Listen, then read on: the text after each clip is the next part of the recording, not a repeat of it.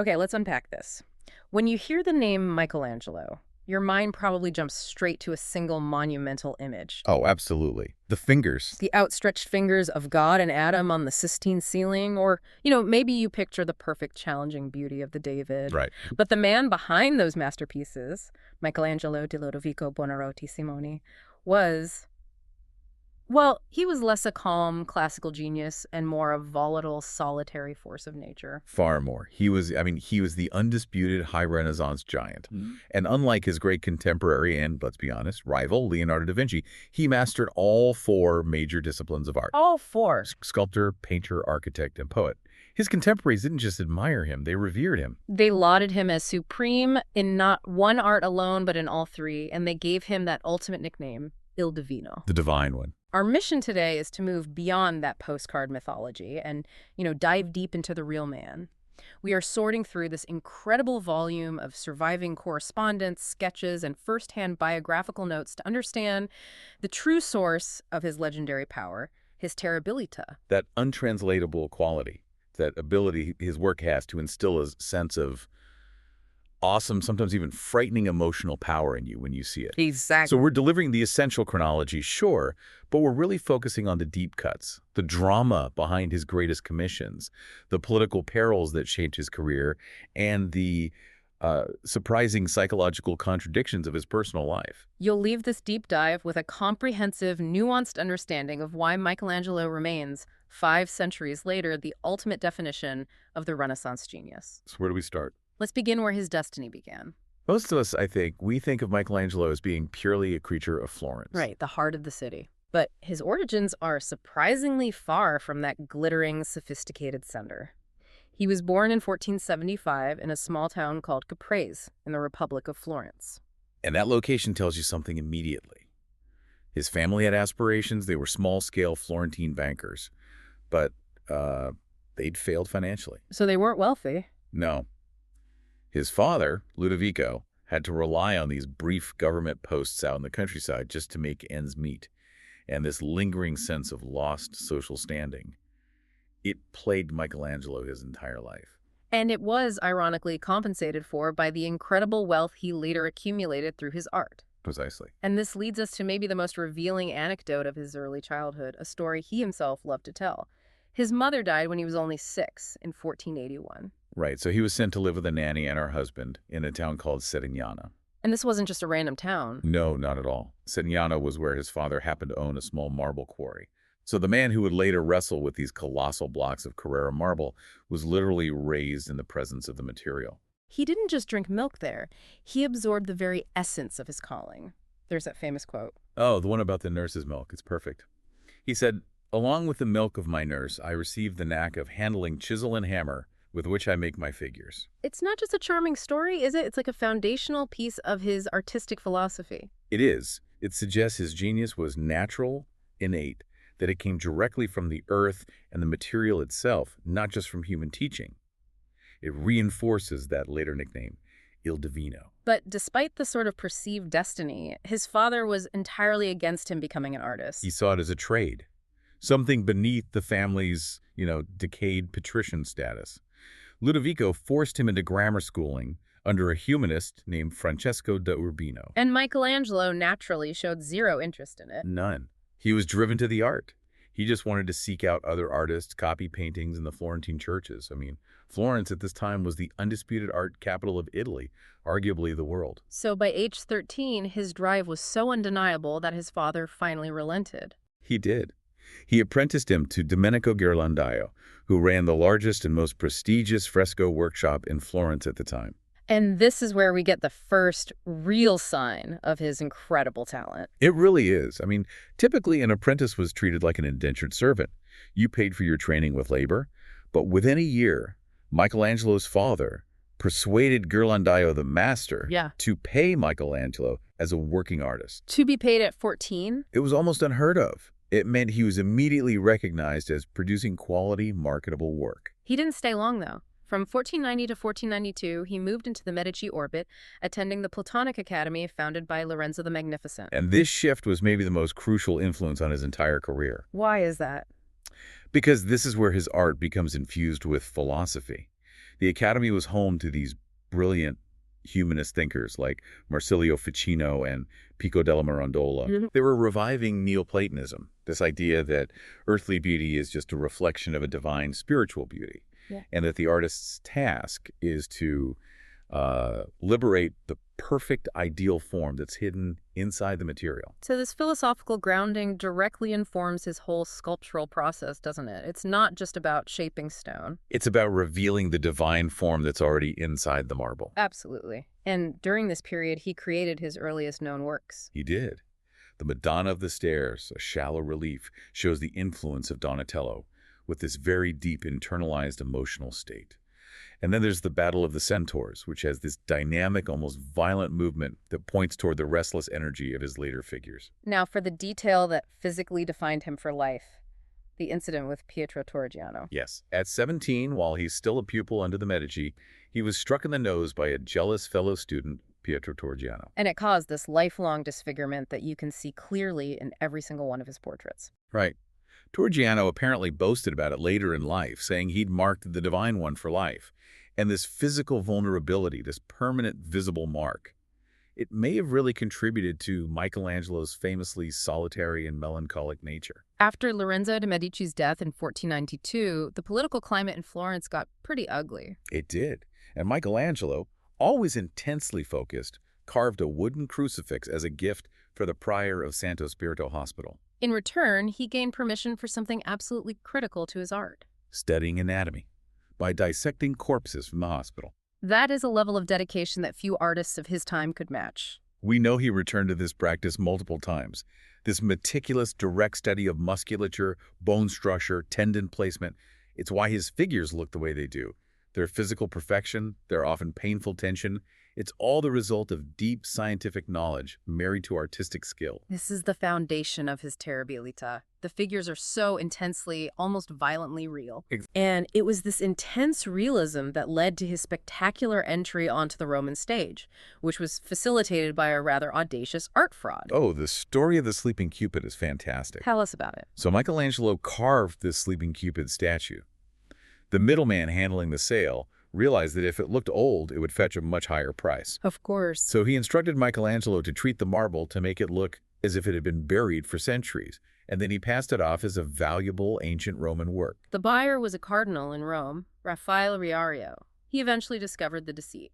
But instead of demanding his money back or, prosecuting the artist, the cardinal was so genuinely impressed by the quality of the carving, the technical skill required to fake antiquity, that he invited the 21-year-old Michelangelo to Rome in 1496. He turned a forgery scandal into a career-defining opportunity. It speaks volumes about the power of his technical skill. But his first major Roman work, the Bacchus, was a bit of a riskier move. Right, he carved this over-life-size statue of the Roman god of wine, also for Cardinal Riario, who ended up rejecting it. And you can see why. The cardinal was expecting an idealized classical god. What Michelangelo delivered was this dynamic, psychologically complex figure. He's not very godlike, is he? No. His Bacchus has bleary, slightly cross eyes, a swollen bladder. Yeah. Suggests he's had way too much to drink. And he's genuinely swaying, unsteady on his feet.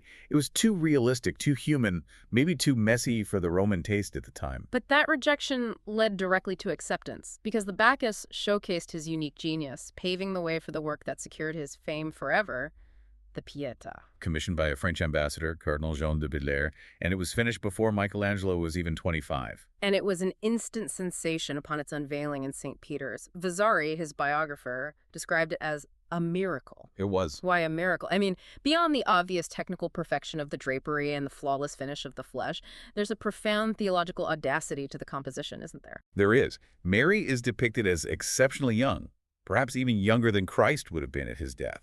A deliberate choice. Absolutely. It elevates the theological over the literal. It implies Mary's purity and virginity maintained her youthful perfection, demonstrating the incorruptibility of her soul.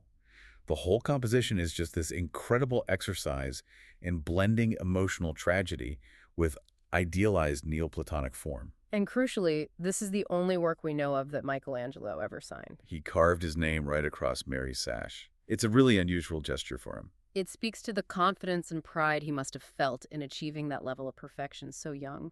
Legend says he overheard some visitors attributing the work to another sculptor, which drove him to sign it himself. After that, he was secure enough in his reputation that he never signed a work again. With his fame secured, he returns to Florence around 1499, and the city, now under Republican governance, was desperate for a political symbol. And they commissioned him to complete the David. This was a massive undertaking. The block of Carrara marble had been sitting outside the Duomo workshops for 40 years. Started and abandoned by two previous sculptors. He was known as Il Gigante, the giant, and widely considered ruined. It's a testament to his ambition that he took on a damaged, enormous block of marble. The finished David, unveiled in 1504, became the ultimate symbol of Florentine freedom. The young underdog defying tyranny. And unlike earlier depictions of David like Donatello's, who shone after the battle, Michelangelo chose to depict David before the action. He's tense. He's ready. His brow is furrowed, his veins are bulging, he's holding the sling casually over his shoulder. The terribilità here is that intense psychological focus, the contained power just before the explosion of violence. And the statue's size and political importance led to this massive civic event, the placement debate. Imagine the scene. A consulting team with the greatest minds of the era, Botticelli, Leonardo da Vinci, Filippino Lippiol, meeting to decide where this 17-foot multi-ton statue should stand. And Leonardo argued it should be housed indoors, in a sheltered loggia. Right, maybe because he preferred protection from the elements? Or maybe his desire to prevent Michelangelo from taking center stage. Ultimately, the citizens won out, and it was placed in the Piazza della Signoria, the heart of Florentine political life. Which made an undeniable statement. And that placement right in the civic square set up the direct rivalry with Leonardo. Soderini immediately commissioned Michelangelo to paint the Battle of Cascina in the Palazzo Vecchio council chamber. Directly opposite Leonardo's commission, the Battle of Anghiari. What a high-stakes public artistic duel, and neither mural was ever completed in fresco. No, Michelangelo abandoned his for the call to Rome, and Leonardo experimented unsuccessfully with oil paints. But their preparatory cartoons were revered and copied for decades.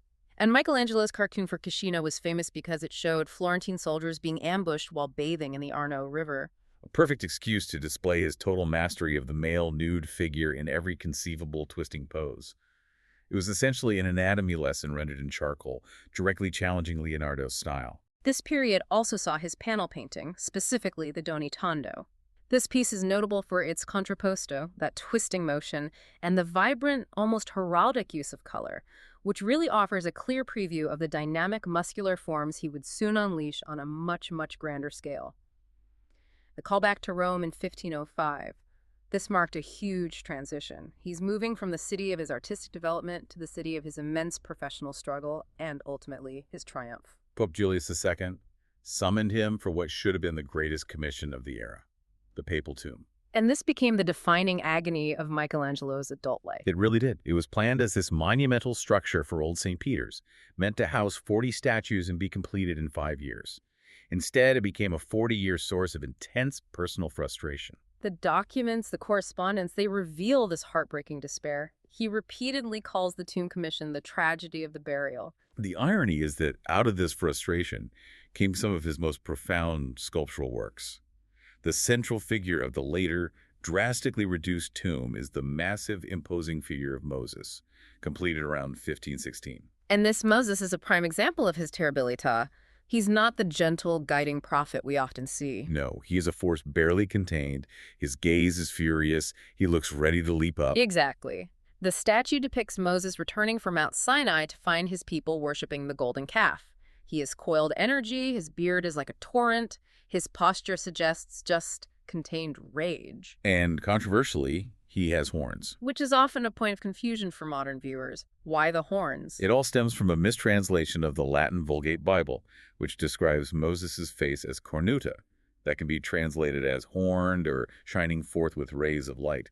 Michelangelo chose the literal, more aggressive depiction. Which perfectly aligns with the character's terribilità. A divine power that is almost too much for a human vessel to hold. Beyond Moses, the tomb project also yielded these famous incomplete figures. Yes. The figures known as the captives, particularly the rebellious slave and the dying slave. They were intended for the lower register of the tomb, and they are stunning in their emotional weight. And the later, even more incomplete figures like the Atlas slave, They offer this unique window into his method, because they appear to be struggling to free themselves from the rock. illustrating his Neoplatonic belief that the perfect form was trapped inside the marble and his job was to liberate it. Precisely. They are figures of raw, unfinished potential. They reveal the struggle of the artist with the material itself. They went on to influence modern sculptors like Rodin so intensely. But the reason Julius II interrupted the tomb was for the most spectacular commission of his life, the Sistine Chapel ceiling. And here is where it gets really interesting, because the source material suggests he didn't even want the job. The sheer irony is delicious. Michelangelo did not consider himself a painter. He publicly declared sculpture his one true art. So what happened? Well, biographers like Vasari suggest that his rival, the architect Bramante, championed Michelangelo for the ceiling commission, hoping that forcing him into fresco painting, a medium he was supposedly unfamiliar with, would guarantee his failure. And his humiliation, so he was set up to fail by his enemies. That's the story. And the initial commission, which began in 1508, was actually manageable, just painting the 12 apostles on the triangular pendentives. But Michelangelo, in true fashion, found that scope creatively constraining. Right, so he persuaded Julius II to grant him a carte blanche, a free hand, to design the entire decorative scheme. And the resulting work was just gargantuan, over 500 square meters, featuring more than 300 figures. Representing the entire sweeping narrative from creation to the path to salvation. The scale is monumental, especially considering the technical difficulty of fresco. You have to paint rapidly onto wet plaster, and you're doing it while looking straight up. The physical toll must have been immense. He wrote these famous poems detailing the strain, complaining that he grew a goiter from the constant neck straining, and that paint was perpetually dripping into his eyes. And he worked largely alone, often locking the doors, fearful that assistants would steal his secrets or claim credit. So let's break down the iconography of the ceiling. Okay, at the center, we have 9 episodes from Genesis, running chronologically.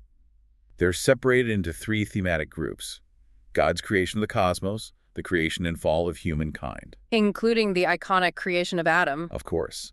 And then the state of humanity as represented by Noah and the flood story. And lining the outer edge are the prophets and sibyls. Yes, the ancient seers who prophesied the coming of Christ. 7 prophets of Israel and 5 sibyls, the prophetic women of the classical world. This blending of biblical and pagan prophecy is deeply rooted in the Neoplatonic humanism he learned at the Medici Academy. It's suggesting divine truth can be found in both Christian and classical sources. Now, the creation of Adam is the most famous panel. But what about the figures that surround the central scenes? The ignudi. The ignudi, those 20 heroic, muscular, naked male youths who sit framing the narrative panels. They are crucial to understanding the ceiling's theological complexity. What are they supposed to be? Well, they're interpreted as everything from angels to muses to allegorical representations of the soul's ascent. What they did was allow Michelangelo to reintroduce the heroic male nude into sacred art on an unprecedented scale. Again, emphasizing that Neoplatonic idea that the beauty of the human body is a reflection of divine perfection. You got it. And we can actually track his learning curve, can't we? As he progressed, the figures in the later compositions, the ones closer to the altar, they actually grew larger. This was partly a practical adjustment. When the first half of the scaffolding was removed, he realized the figures he painted at the entrance looked too small from the floor of the chapel. He had to consciously increase the scale to achieve the necessary monumental impact. We mentioned his self-portraits. He wasn't subtle about sneaking himself in, was he? No, but he was incredibly clever. He painted himself into the action in a couple of ways. He's generally identified as the brooding, melancholy prophet Jeremiah. Right, contemplating the downfall of Jerusalem. But in a more subtle, self-referential move, he seems to have painted his own figure as the model for God the Creator in the separation of light from darkness. He's effectively putting the artist in the role of the divine creator. The ceiling took him 4 years, finishing in 1512, and it was a triumph that silenced his rivals. It was. But that triumph was short-lived, because the next great painting commission, the altar wall fresco, The Last Judgment, brought him his greatest controversy. This was commissioned 2 decades later in 1534 by Pope Clement VII, though it was completed under Pope Paul III.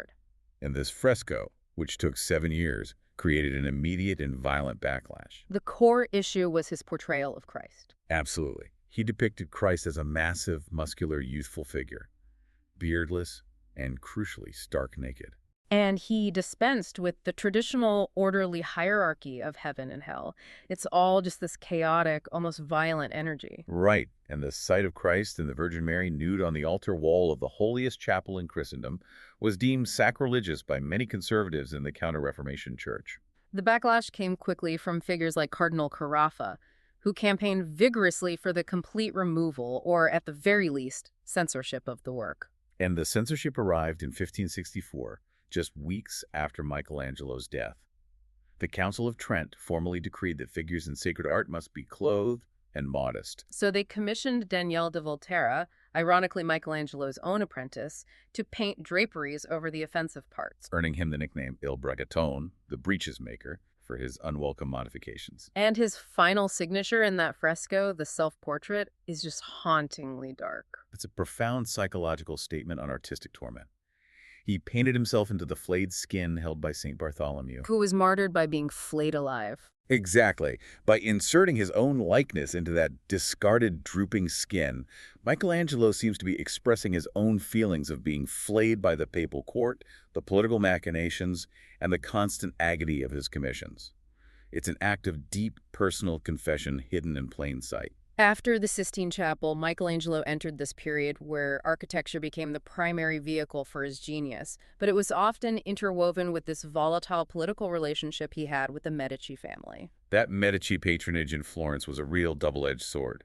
After Pope Julius II died, he was succeeded by Pope Leo X, who was the son of Lorenzo the Magnificent. And Leo X commissioned him to reconstruct the facade of the Basilica of San Lorenzo. Right, so he spends 3 arduous years developing these designs and elaborate models. He even went so far as trying to open a new marble quarry near Carrara to source the specific stone he needed. That detail about the quarry is key. He was never just the designer. He was the hands-on engineer, the quarry master, the logistician. He needed control over the material from the moment it left the earth.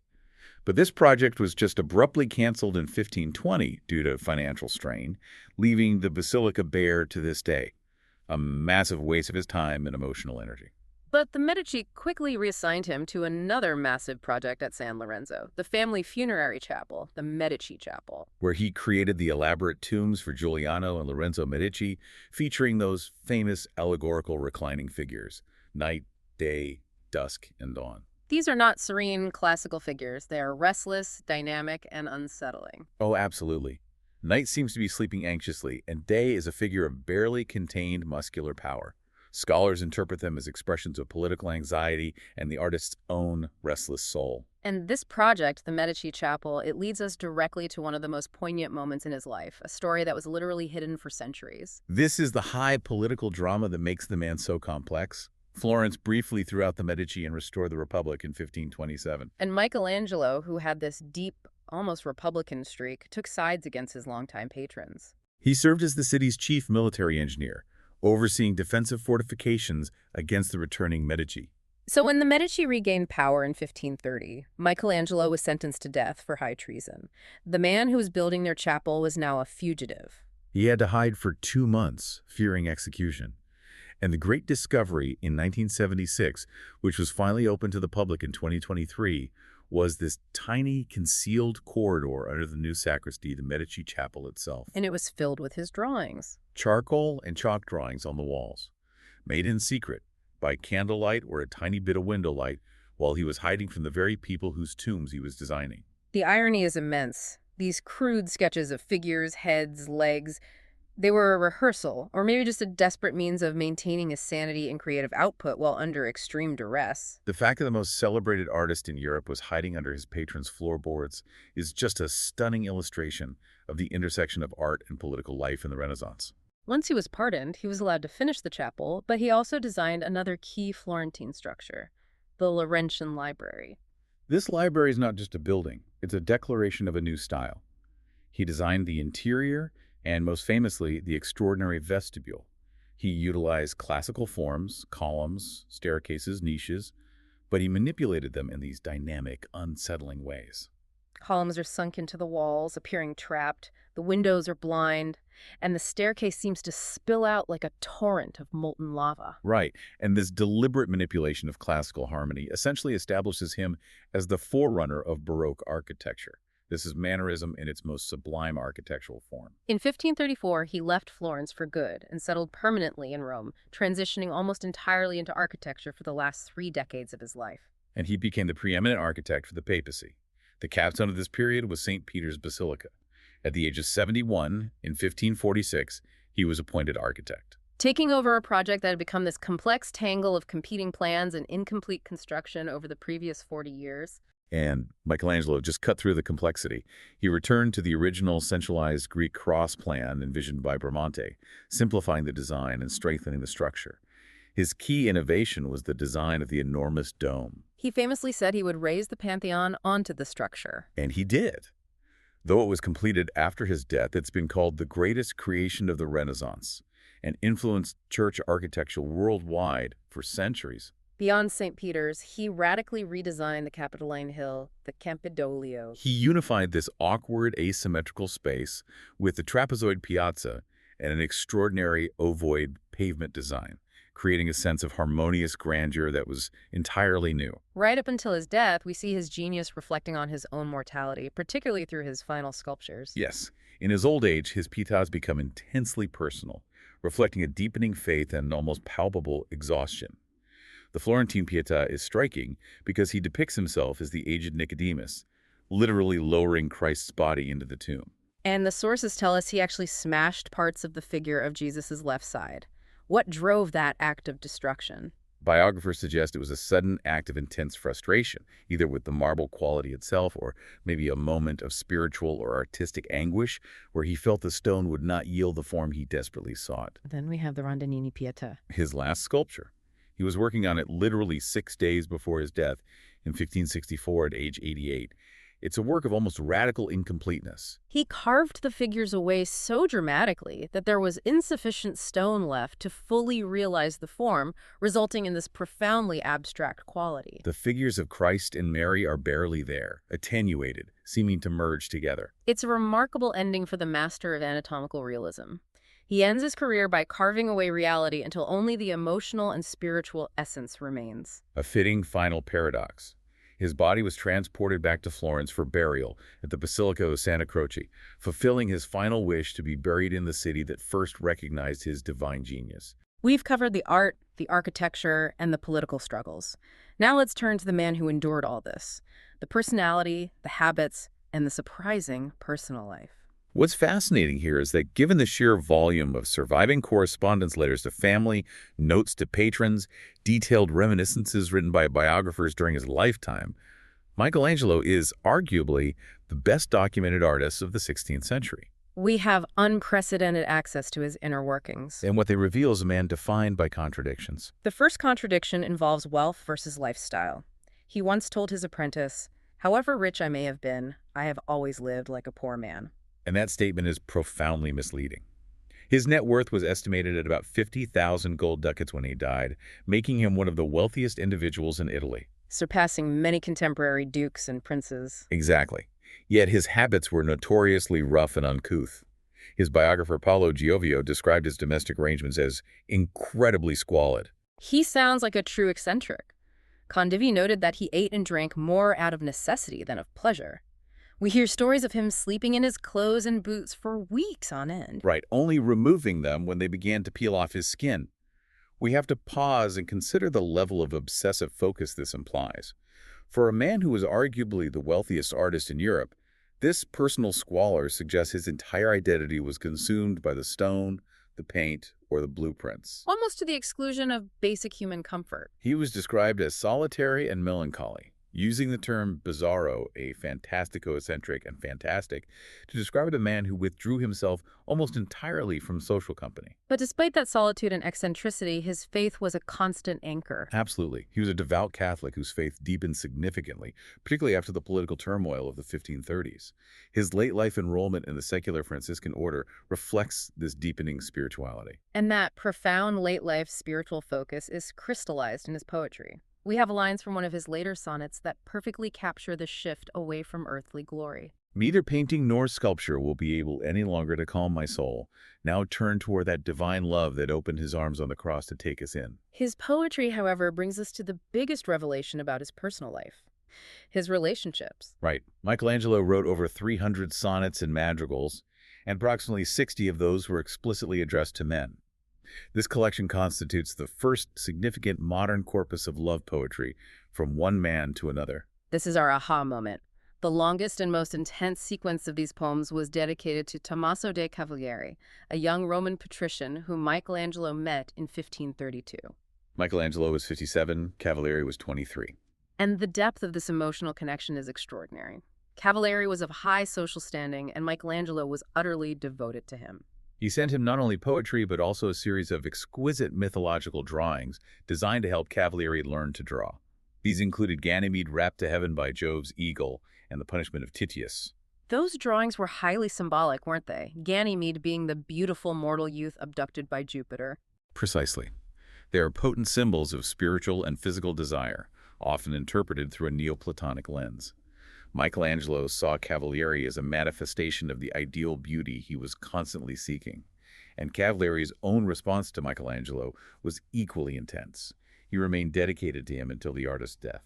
But this relationship and the poetry itself is a source of intense historical controversy. It is. When Michelangelo's grandnephew published the poetry in 1623, he consciously censored the text by changing the gender of the pronouns, from masculine to feminine, to obscure the true nature of the relationship. He insisted the poems should be read allegorically, purely as expressions of abstract, spiritual, Neoplatonic love. It was clearly done to protect the Buonarroti family honor and Michelangelo's legacy within the highly conservative Counter-Reformation period. What is the modern consensus now that the original texts have been restored?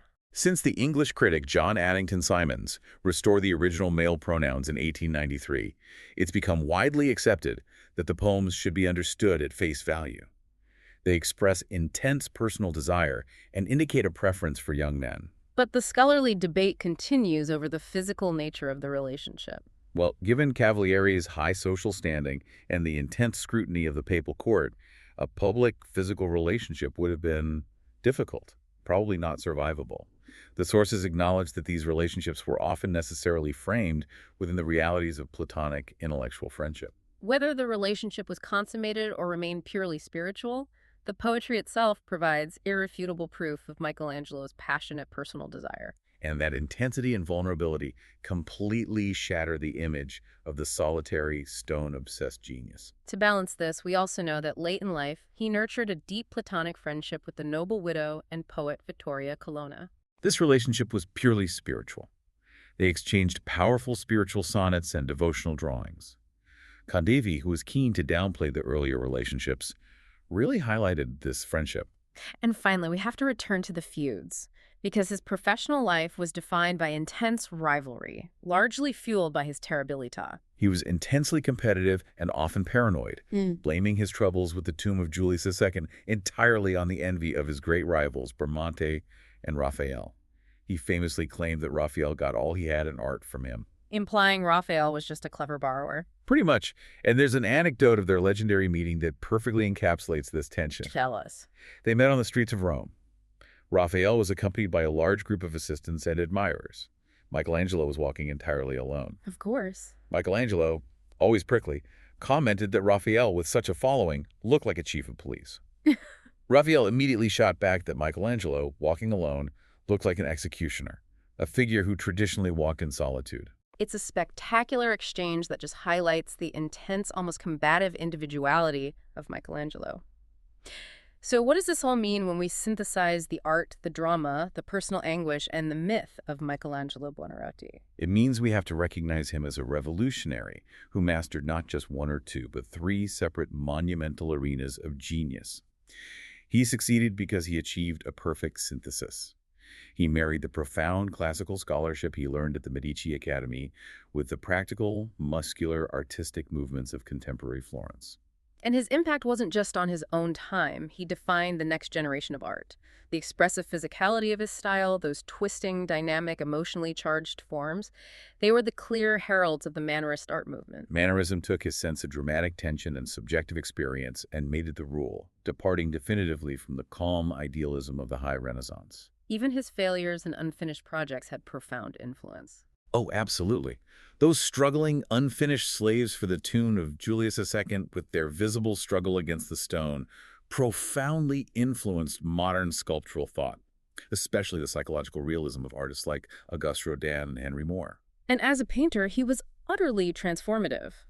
Vasari, never one for understatement, wrote that the Sistine Chapel ceiling was a veritable beacon to our art, restoring light to a world that for centuries had been plunged into darkness. He argued that painters no longer needed to seek new inventions because this single work contained every perfection possible. And architecturally, his work set the standard for centuries, from the dynamic, unsettling tension of the Laurentian Library vestibule to the soaring, majestic dome of St. Peter's Basilica. He was quite rightly revered in his own time, the first Western artist whose biography was published while he was still alive. Yet, despite being one of the best documented men of the 16th century, a man whose legacy was carefully recorded and curated, we know that Michelangelo deliberately destroyed many of his detailed drawings, designs, and preparatory sketches later in his life.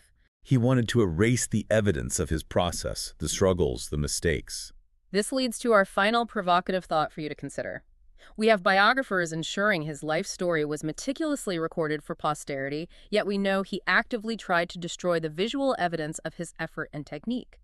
What motivated this seemingly contradictory impulse to erase his process while ensuring his life story was recorded? And how does that destructive act shape the way we perceive his terribilità, that unique ability to instill awe today? Was the awe only meant to be inspired by the finished, seemingly effortless miracle, concealing the agonizing human effort that lay beneath the surface? A lot to chew on regarding the divine genius and the man who wrestled with the stone and with his own demons. Thank you for joining us for this deep dive into Michelangelo.